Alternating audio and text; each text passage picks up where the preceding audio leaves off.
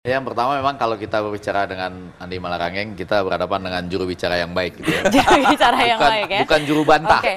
Justru itu yang bantah. sekarang tidak ada begitu, juru bicara yang baik bukan itu. juru bantah itu satu. Yang kedua, kita harus garis bawahi beberapa pernyataan yang benar dari Pak Presiden. Jadi nggak semuanya keliru konteksnya. Yang benar itu adalah mengatakan bahwa kalau saya boleh memilih daripada Partai Demokrat diserang, daripada saya diserang gitu, lebih baik kita nggak usah turunkan aja, nggak usah kita utak-atik. Tapi kan penting karena tekanan ekonomi. Nah, saya di luar itu saya ingin menyatakan kepada Bung Andi Malarangeng dan mungkin juga Pak Presiden kalau mau nonton, presiden yang hebat dan besar itu bukan presiden yang menurunkan harga BBM ketika harga dunia turun dan menaikkan harga BBM ketika harga dunia naik gitu ya. Jadi presiden yang sebetulnya itu begini, yang kita selalu inginkan adalah presiden yang baik harga naik maupun turun di dunia, tetapi dia bisa menurunkan potensi penderitaan rakyat. Supaya agak cepat aja contohnya, supaya jangan jauh-jauh. Misalnya saya berharap ketika pun harus terpaksa dinaikkan harga BBM ini, Pak Presidennya kemarin itu tidak lebih banyak berbicara tentang, oh ini ada serangan, oke lah sebagai pembukaan 2-3 kalimat gitu. Tapi kemudian dia mengatakan,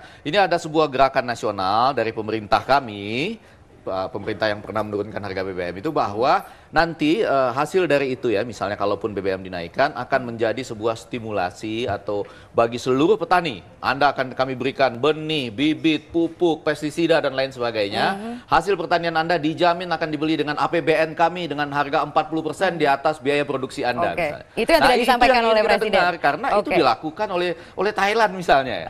Jadi maksud saya Thailand nggak pernah ngumpulin partainya rame-rame begini terus bercerita tentang diri sendiri, tapi lebih itu bagian dari melakukannya. strategi gitu Pak Effendi melihatnya seperti itu, mengumpulkan partai sama koalisi. Sama saja, jadi maksud saya begini, labeling sama-sama. Seperti juga misalnya PKS yang pada waktu itu hadir begitu. Saya justru mau nanya ke PKS nih ya, kenapa ini kok agak penting. Hadir di situ rame-rame muncul di belakang Pak Presiden tuh artinya iya apa tidak sih sebetulnya? Iya, itu yang kita ingin juga pertegas malam hari ini ya. Jadi sikap dari PKS seperti apa sebenarnya Pak Iman? Begini ya, jadi kami di PKS ini, itu kami serius dalam masalah ini. Jadi kami tidak main-main ya. Karena itu sikap kami itu secara resmi kami kirim ke Presiden. Kami mengirim surat ya, dan di situ kami memberikan penjelasan tentang sikap kami. Ada 3 hal yang kami sampaikan. Pertama adalah terkait dengan proses ya. Jadi kami melihat kan ini kan kenaikan BBM di atas 120 US dollar itu bukan hanya sekarang. Tahun 2010 juga terjadi. Dan sejak 2010 kita sepakat untuk melakukan pengaturan BBM itu. Sampai kemarin bulan Oktober 2011 ketika APBN 2012 mau diketok, pemerintah ya, kementerian terkait khususnya itu dengan percaya diri tidak perlu ada klausul kenaikan, cukup dengan pengaturan. Itu baru 3 bulan yang lalu begitu ya Pak ya? Diketok kan, diketok. Bahkan sejak Oktober sampai Desember, kementerian terkait banyak berbicara tentang converter kit segala macam. Ini menunjukkan kepercayaan diri kementerian terkait bahwa mereka bisa melakukan pengaturan BBM. Tapi begitu masuk bulan Januari, tiba-tiba kemudian mengusulkan tentang kenaikan. Dan itu kemudian dilupakan. Boleh saja kementerian terkait mengatakan bahwa karena harga minyak dunia naik. Lah kan kita melakukan pengaturan juga karena itu. Jadi itu tidak make sense. Gitu, jadi tidak setuju alasan. karena prosesnya itu. Pertama ya, Anda, jadi kami sampaikan nih proses ini. Jadi kami ingin mendapat penjelasan itu yang satu. komprehensif. Penjelasan itu tidak disampaikan. Anda bagian dari Setgap, penjelasan itu tidak pernah sampaikan. Kami sampaikan. Jadi waktu di pertemuan di rumah Wapres 2 minggu lalu, saya kebetulan yang hadir, saya jelaskan ini. Dan setelah itu atas musyawarah di partai, kemudian kami bikin surat kepada Presiden. Kami kirim 15 halaman. Kemudian tambah lampiran ada 25. Itu satu proses yang bermasalah. Jadi yang ada 3 kedua, nih ya? Ya, ada yang 3. kedua apa? Yang kedua adalah kami kemudian mengkritisi ya usulan RAPBNP yang dikasih oleh pemerintah. Bagian yang dikritisinya apa? Ya, jadi pemerintah kan mengatakan bahwa dengan RAPBNP ini defisit menjadi 2,23% dari GDP. Kalau tidak dinaikkan, ini di atas 3%. Betul, kami kalkulasi. Itu sekitar 3,04%. Ya.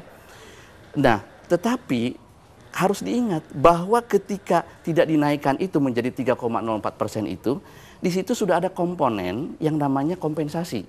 25 triliun. Artinya kalau kami mengusulkan tidak ada kenaikan, dana kompensasi kan nggak perlu 25 triliun. Karena itu hitungan kami, sekalipun BBM tidak dinaikkan dalam hal ini premium, maka defisit itu cuma 2,64%. dan itu masih di bawah ketentuan undang-undang. Jadi kompensasi itu yang membuat kemudian Iya, betul. defisitnya di atas 3%. Itu yang kemudian, kedua. Dan yang ketiga, sebelum kita sebentar, harus break. sebentar ya. Dan ini juga masih bisa diturunkan dengan cara kemudian melakukan efisiensi, ya. Nah, yang ketiga, kami menyodorkan 3 alternatif kepada Presiden. Alternatif pertama, tidak ada yang tidak naik sama sekali premium. Dan ini defisitnya 2,64 ya. Yang kedua? Di sini juga bisa diturunkan kembali kalau kita melakukan penghematan ya, karena kami lihat penghematan belanja pegawai itu cuma 1,7%. Artinya itu cuma 3 triliun. Padahal kami melihat pemborosan di kementerian itu luar biasa. Kami mengatakan bisa diturunkan 5%. Yang kedua, belanja barang. Jadi alasan-alasannya sebenarnya cukup konkret begitu Pak Andi. Alasannya kenapa tidak Sebentar Pak Andi. Sebentar Pak Andi ya. Apa tuh yang jadi yang itu yang pertama. Yang kedua, gitu, kami kemudian mengusulkan alternatif kedua, yaitu kita menginginkan kalaupun itu harus ada kenaikan, tapi kendaraan pribadi saja. Dan ini defisitnya itu cuma 2,54. Oke, artinya. Kemudian yang ketiga, alternatif ketiga. Kalau motor kendaraan pribadi nggak? Enggak, itu termasuk kendaraan umum. Oke, Ya. jadi ada pembatasan Maksud saya adalah gitu mobil ya. pribadi. Asumsi APBN kita itu $90 per barel. Sekarang ini sudah lebih dari $120 per barel. Sudah naik berapa itu? 30, jadi sepertiganya sudah naik. Maaf Pak Andi, sebentar. Ini RAPBP diajukan pemerintah itu sudah asumsi 105, Pak. Nah, jadi hitungan itu berbasis sekarang pada jadi itu, sudah Pak. 120 sekian dengan subsidi yang begitu besar. Dan lagi pula jadi persoalan saya begini, Pak. Mari kita lihat baik-baik. Semua tidak ada yang senang dengan kenaikan harga BBM. Tetapi beban terhadap pemerintah ada banyak hal yang bisa dilakukan. Belum lagi begini.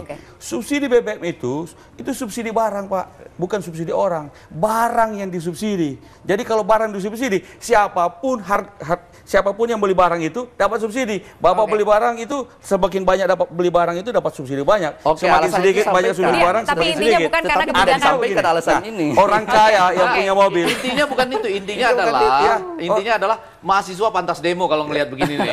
Orang kaya yang punya kita mobil. Dalam pemerintahan aja begini kita dalam demo deh, pemerintahan, gitu. dalam setgapnya seperti ini. Oke, kita akan yang punya bahas mobil sesaat lagi. dapat subsidi lebih banyak, Oke. yang naik motor dapat subsidi lebih kecil karena motor cuma 4 liter, Baik. sama mobil 80 liter. Yang nggak punya mobil, nggak punya motor, nggak dapat subsidi. Oke. Ini persoalannya dengan subsidi. Oke, Sebentar ya, baik. Mbak Boleh Lisa, saya potong dulu. boleh, Kita boleh. akan lanjutkan sesaat lagi. Tapi kita harus mengikuti beberapa infomersial berikut ini terlebih dahulu. Tetaplah bersama kami.